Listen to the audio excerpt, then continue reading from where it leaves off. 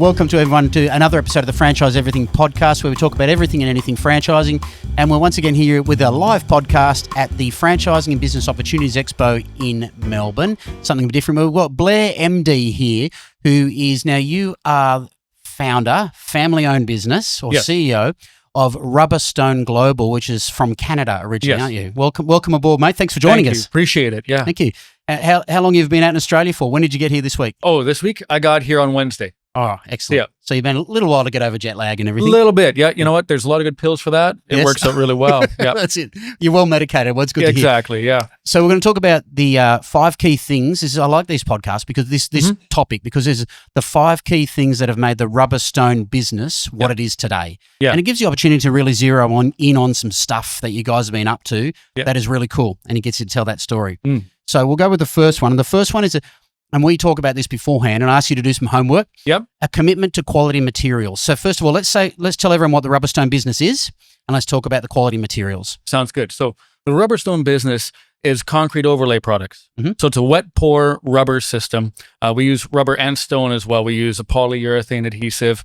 What that all means is you get a surface that's hand troweled. We can go around a lot of different things. We can handle curves. We can handle design.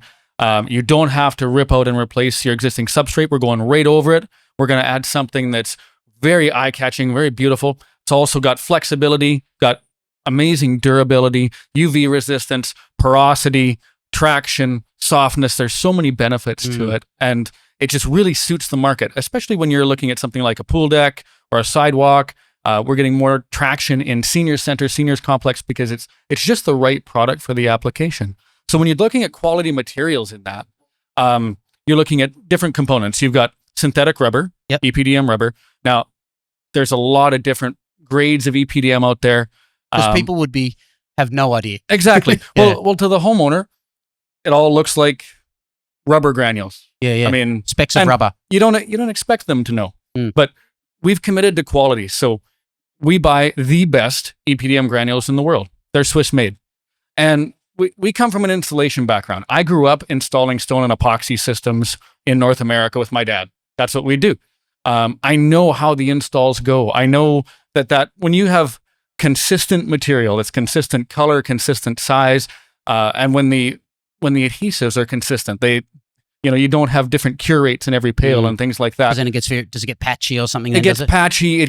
You have color and batch and lot issues. So the final product for the customer, when you're using a consistent quality product, it's way better. You get way better performance. And we need extensive UV resistance here in Australia. That's a really big deal. I imagine UV would be the number one thing here, really. It is, yeah. So we're using non-yellowing binders. We're using UV stable binders as well, which that's something we've learned over the years. I was going to say, how long did it take you to develop that and learn that for this marketplace? Because coming from Canada, obviously it's a bit cooler there mostly. Yeah. What was that like in that learning process for here?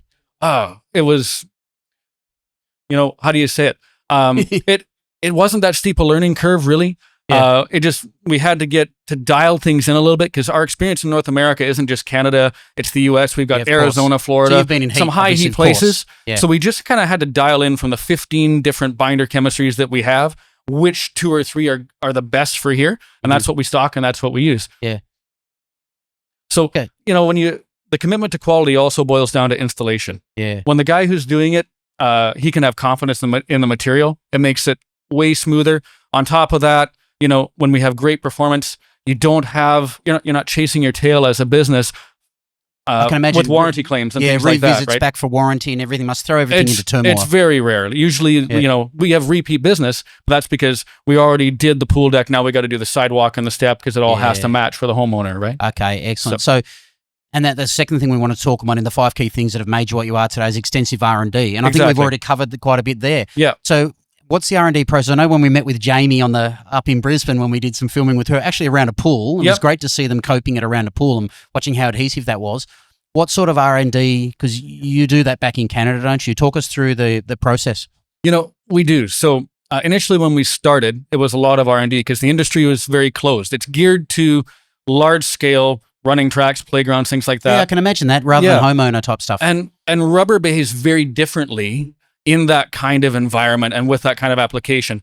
And so when we got into the industry, it was like if anybody talked about how to do the system, somebody'd show up behind you and kidnap you and you'd never be heard from again. nobody talked about Secret it. sauce. Yeah. So we did a lot of just testing. I bought some specialized UV testing equipment. We use environmental chambers, things like that. And we really dialed in and tried to really understand the materials, understand all the different binders, the different things that impact them. We started with one binder. It was very nice having only one thing that you could sell an order. Now we have 15, and that's because we understand the materials. We do in-house lab testing, but at the same time, a small-scale lab test never really equates to what people see in real life. In the real world. There's always a field testing aspect. So we tested a lot of materials, and we reviewed all of our old test results to look at what would work best here.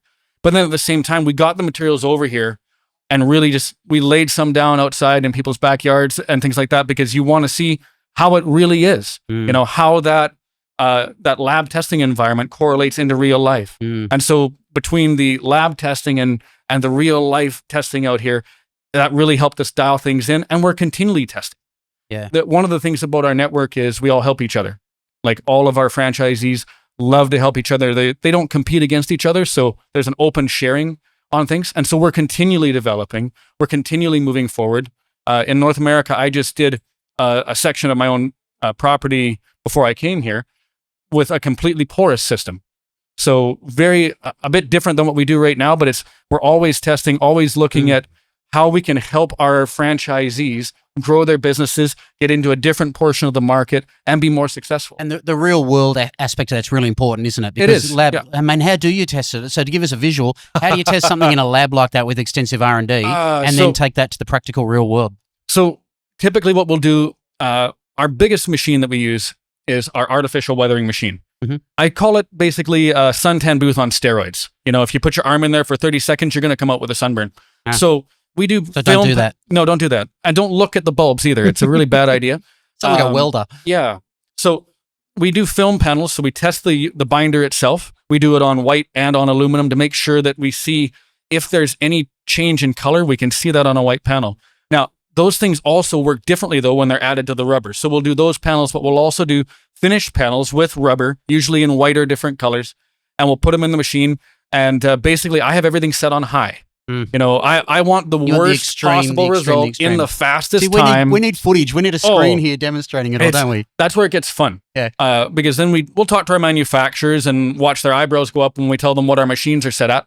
But, we share our testing with them as well. So we'll do smaller panels, pieces that are about this big, and that'll give us kind of baseline information. We always do 5 or 6 at a time with a baseline normal curing sample, and we compare everything against each other. We'll bend them, we'll flex them.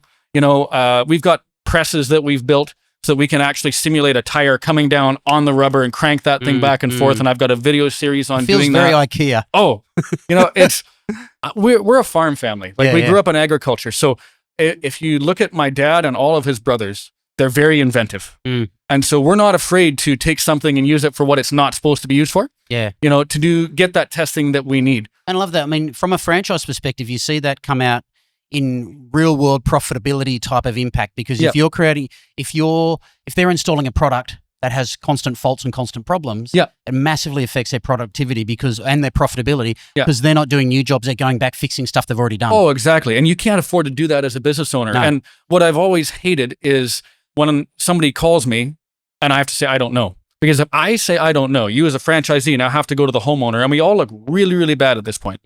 Now, we can really not know everything. No, of course. But the R&D is driven by the questions that are asked and what we need. So I tell people, I'm not sure, but we're going to go test that. So it's a full-on knowledge base you start building on. It is, yeah. And our knowledge base has gotten quite extensive, and our team has actually compiled it into a normal-sized knowledge base in the back of our dealer portal for our franchisees. And it's become, something I never expected to go that far. Bigger than Ben-Hur. Exactly. And that brings on the next one. And when you're talking about franchisees, is the third key thing we want to talk about in the growth and have made you what you are today is training and on-site training and everything. Can you talk us through training, getting a person? Because I know you don't have to be a specialist in it. Because remember when I spoke to Jamie, we had landscapers do it and everything. So talk through the training process. So the training process, it's very focused on installation, because the urethanes that we're using, they cure differently according to temperature, humidity, and just general environment.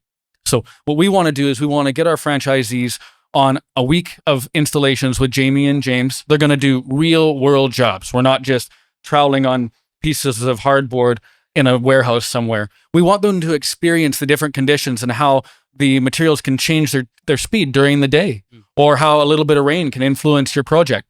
We want that training to be there so that when the franchisee goes home and they do their first few jobs, if they see some rain coming, they're prepared. Yeah. It doesn't bother them. They're not concerned. And the stress levels rise otherwise if they're not prepared. Yeah, and everybody's under the gun and everything. And then it also changes how you sell. So our franchisees are going to train with Jamie and James on selling as well, because the more you know about the product, the more confidently you can sell it. You don't say, I don't know as much. In addition to that, we want to make sure that everybody knows how to calculate their materials, how to take a look at a project and figure out which things are going to take more time, maybe need to have a little surcharge for those, or also what not to quote, what you don't want to do at all. Jobs to leave out, not to jobs say no to leave out, yeah. So what sort of jobs do you say no to? What sort of jobs you go, well, no, I wouldn't do that? Typically, jobs that you either say no to or you price fairly highly, or jobs with a lot of vertical application. Because vertical application on the wall. Like this whole wall, if you wanted me to do this, it would either be, I really don't want to do it, or it'll be priced high enough that, we'll make some money on it, because vertical is a slow process. Yeah. Now, it looks fantastic when we do it, but it's a slow process, so it's something that we prefer to do as little of as possible. Is it because it's it takes longer to dry, or what's the thing as you're going higher with that gravity, or what's the issue? It's more going high in gravity. Yeah, we have to apply a different primer, so everything sticks a little bit differently, and it's just harder to get something to adhere and to stay there when you're traveling vertically.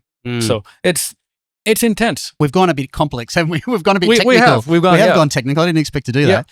The other thing, we're going to move on to the fourth thing. So we've done a bit of training there. So you do very much on-site training. And the fourth thing making you are what you are today is that around picky about the people you bring in. So you're pretty choosy because they've got to do right. They can't muck those jobs up. So what's your recruitment process and approach to people?